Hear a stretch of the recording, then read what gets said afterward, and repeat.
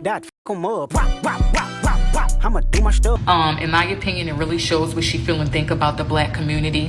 Of all people, Michelle Obama wasn't available. Condoleezza Rice wasn't available. Someone who's actually a good role model that young children could look up to, but that's neither here nor there, right?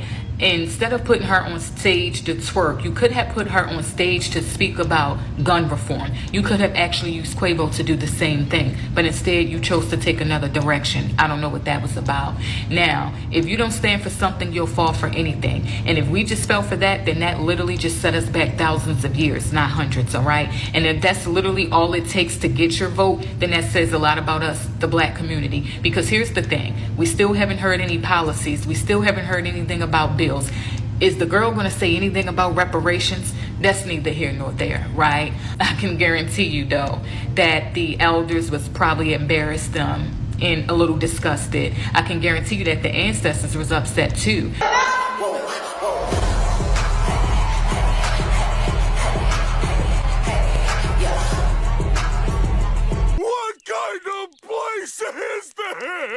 That's probably why we had that major storm in Atlanta last night. See, here's the deal, people. This is not your actual high school debate or your high school popular person, right? This is real life. We need somebody that can be in office that will stand on 10 if we need them to, if we were to have to go to war. We need somebody that can stand on business if we go into another pandemic or something of that nature. We need somebody who can actually sit at the table with these world leaders, right, and work things out and negotiate to the point things don't have to get real, if you understand where I'm coming from. But that's neither here nor there. I'm gonna go ahead and end here because I know y'all don't want to hear my opinion, especially because it's not a popular opinion. But if that's what the election is coming to, then we should probably stop while we're ahead. They only want the black vote for numbers so that they can get elected, but they ain't got nothing for black people. And no, this is not an endorsement for Trump or the right or Republican Party. This is simply a critique to Democrats to be more serious when engaging with black American voters. We are not a monolith. We're not all ignorant. We're not all party heads. And matter of fact, there's a time and place for all of this. We can party and we can get serious about policies and laws to protect us. You do not have to dumb yourself down to engage with black Americans. And bless Megan Thee Stallion's heart. Because while I know it was a big thing for her to perform, it just made her look like a puppet to me. She shouldn't have showed up as Megan Thee Stallion. She should have been Megan Pete. She should have had a speech. She shouldn't have been doing TikTok dances. Like, I don't know, y'all. I'm just so annoyed. Nobody takes her seriously.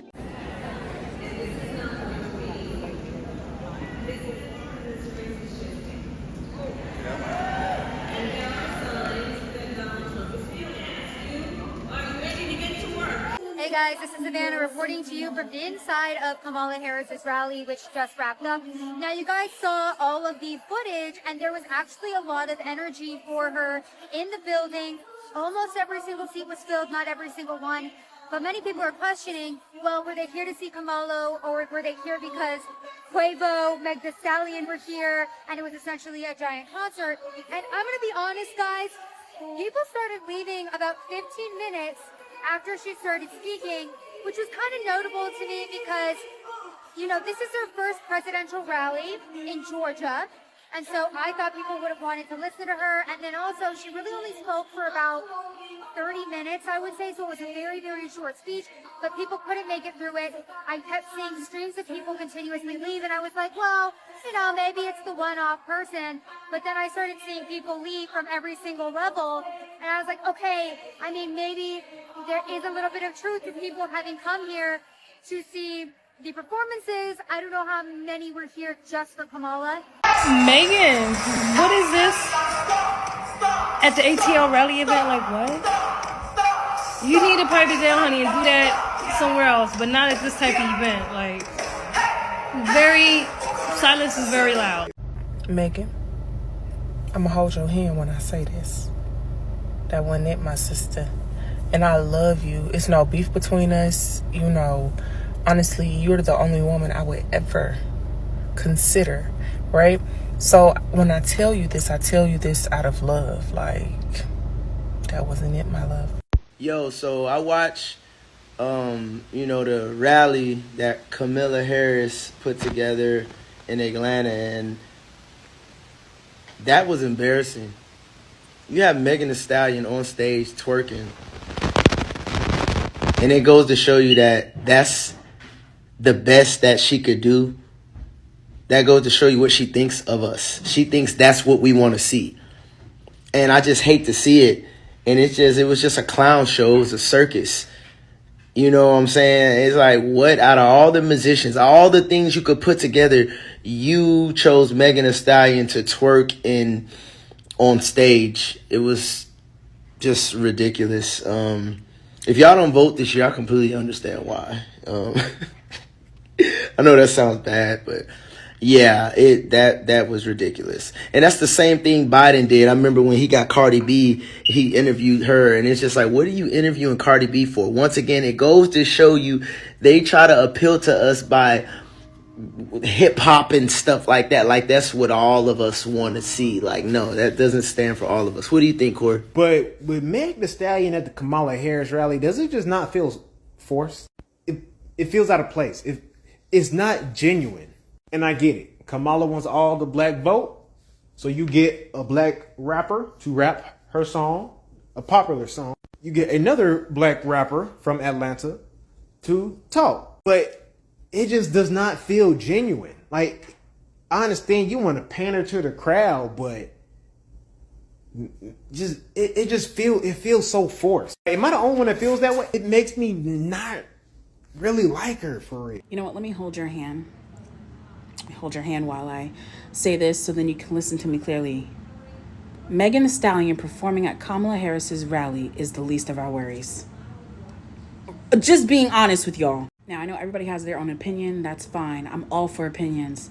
But we have to remember, Kamala said that Megan Thee Stallion is one of her favorite artists. So when they invited Megan, they knew exactly what they were getting with Megan. Why are we crying about it? People have been bringing out artists, rappers, musicians out to rallies for years now, and I get it. I'm looking at it from both points, right? Oh, she's twerking on stage, but you also have to remember she didn't twerk that much, okay? She didn't wear a revealing outfit and then drop it like it's hot. She wore a suit. She couldn't really move it that much, but she did what she did. And lastly, y'all have to remember this is a political rally, so you're there to be uplifted and get hype. I mean, let's be for real. They played Not Like Us by Kendrick Lamar and the crowd went crazy.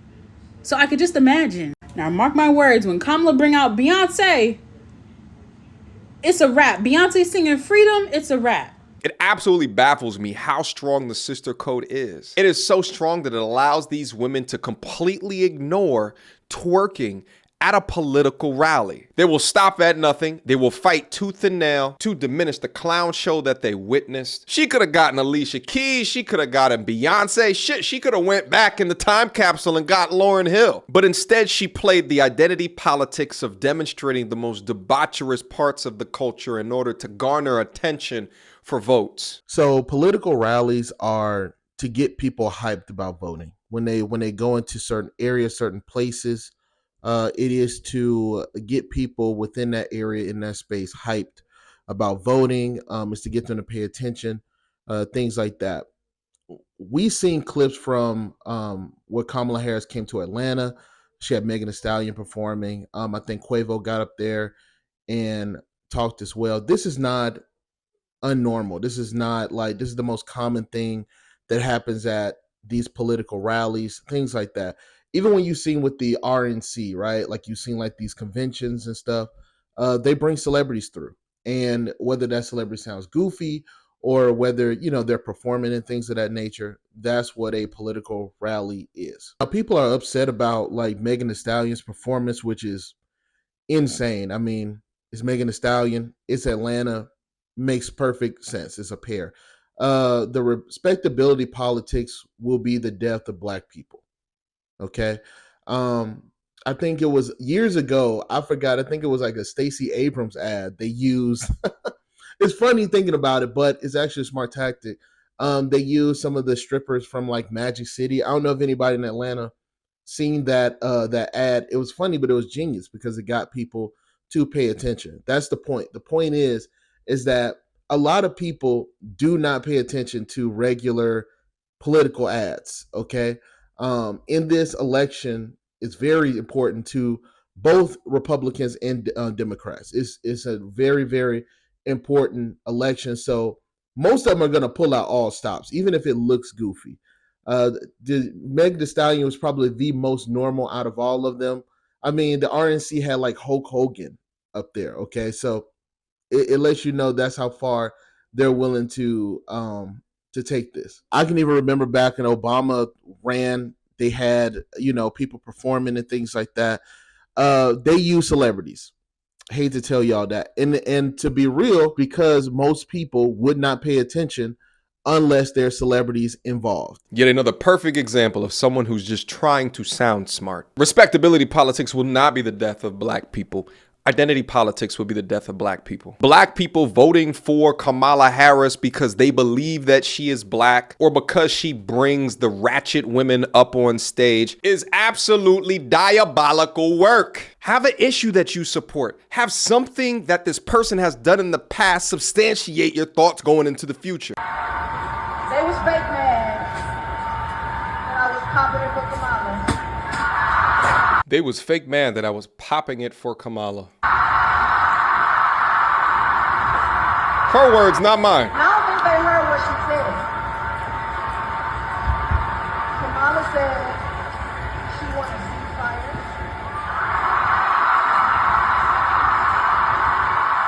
Kamala said she supports women's rights. Kamala said y'all tired of them high-ass gas prices.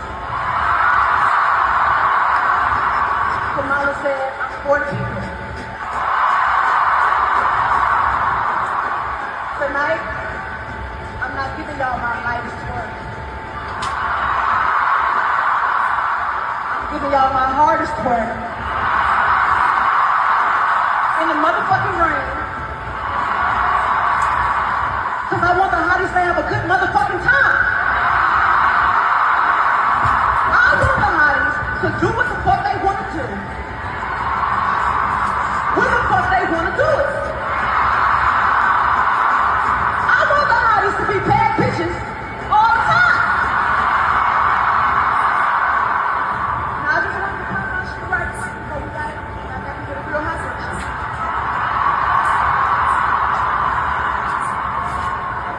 Hotties for Harris, goddamn. I'm just so happy that so many women across the internet are finally stepping up to the plate, taking a look at content like this and throwing their hat down because they're done rocking with this slut content. And of course, Megan is gonna be upset at her detractors because at the end of the day, this is how she makes her money. She propagates the airwaves of this sexually liberated boss bee mentality only to pad her own pockets. Meanwhile, she could care less what her image projects to the rest of the world. And Kamala seems to stand by it. Leave me y'all comments below. I want to see what you guys think about this. We are not a monolith. Not everybody's rocking with this shit. So I want to see what you guys say, whether or not you agree with me or disagree with me. Until next time, YouTube. Peace.